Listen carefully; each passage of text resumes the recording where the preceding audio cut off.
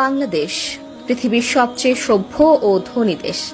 এখানে ভাইরাল হওয়া মানে অশিক্ষিত আর বেহায়ার জনপ্রিয়তা, জ্ঞান মেধা বা আশ্রম নয়। এটাকেই সফলতা মনে করে মাথা মোটারা।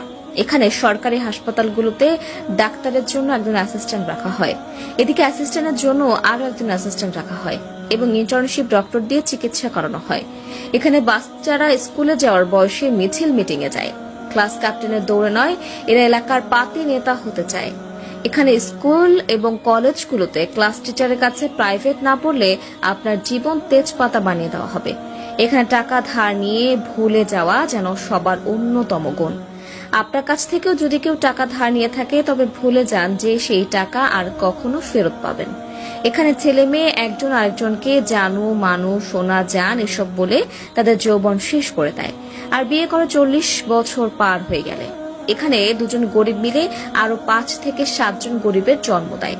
এখানে কারো বিপদে কেউ এগিয়ে আসে না, ভাবে কি লাভ, কিন্তু নিজের বেলায় বিপদ এলে তখনই বলে ভালো মানুষের অভাব। তবে ঠিকই দূর থেকে চেয়ে চেয়ে দেখে এবং সেগুলো ভিডিও করে সোশ্যাল মিডিয়া ছেড়ে দেয়। এখানে সবাই লোভী আর খাই খাই স্বভাবের মানুষের বসবাস।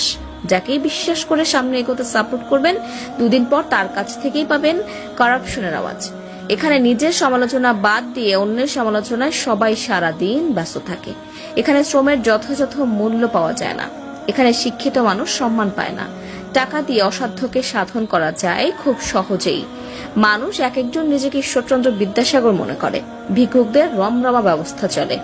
এখানে সবাই বড় হতে চায়, কেউ মানুষ হতে চায় না।